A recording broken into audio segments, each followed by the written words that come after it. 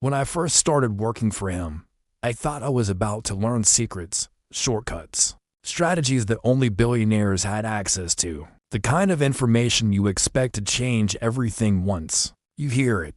But what I actually learned was far more unsettling, because it forced me to question almost everything I thought I understood about success, intelligence, and ambition. From the outside, he looked exactly like you'd expect: powerful, confident, always in control. But what surprised me wasn't what he did when people were watching. It was what he did when no one was paying attention.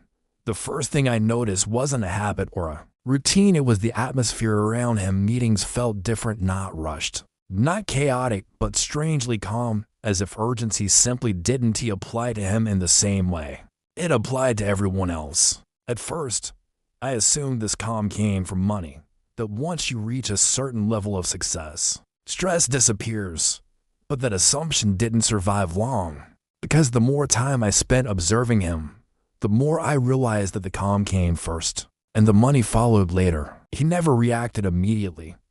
Emails could wait, calls were returned on his terms. Even in moments where everyone else felt pressure rising, he created space before responding. And that space changed everything. What I didn't understand at the time was that this wasn't confidence, it was discipline. Most people think discipline means forcing yourself to do things you don't want to do. But what I learned working for him was that real discipline is the ability to delay reaction, to resist urgency, long enough to see the situation clearly. One afternoon, a deal that everyone expected to close suddenly began to fall apart. Voices got louder, timelines shrank, and people started throwing out solutions just to feel like they were doing something. He said nothing for an uncomfortably long time. That silence felt like negligence. But then he asked one question that stopped the entire room. What happens if we do nothing today? No one had considered that option. That question changed the direction of the decision, not because it was clever, but because it exposed how fear had been driving everyone's thinking. Over time, I began noticing a pattern. He wasn't faster than others. He was slower in a way that mattered, while people around him chased activity. He chased clarity.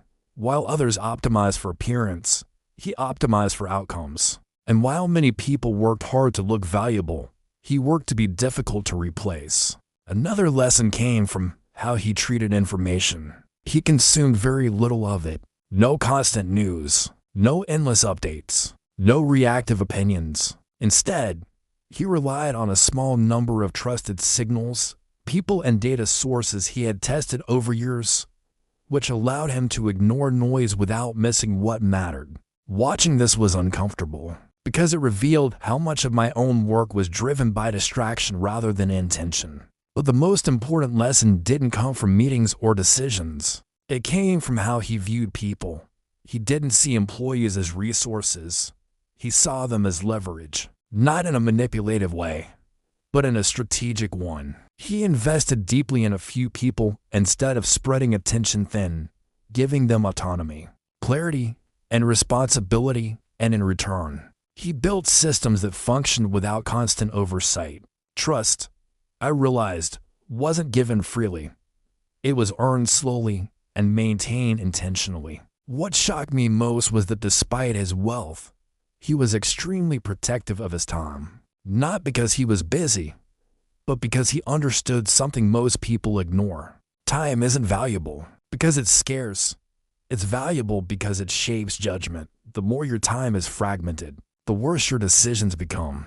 And he structured his life to protect decision quality above everything else. When I eventually left, I didn't leave with a list of tactics or formulas. I left with a different lens, a realization that success isn't about doing more, knowing more, or pushing harder. It's about creating conditions where good decisions are unavoidable and bad ones are hard to make. That insight stayed with me long after the job ended, influencing how I work, how I choose, and how I evaluate opportunities. This story isn't meant to glorify billionaires or suggest that money equals wisdom, but it does reveal something important: that proximity changes understanding. And what looks impressive from afar often operates on principles that feel almost boring up close. So the real question isn't what you would do if you worked for a billionaire, but what assumptions about success you're still carrying that might be quietly working against you. If you want more true inside stories, the kind you only hear from people who were close enough to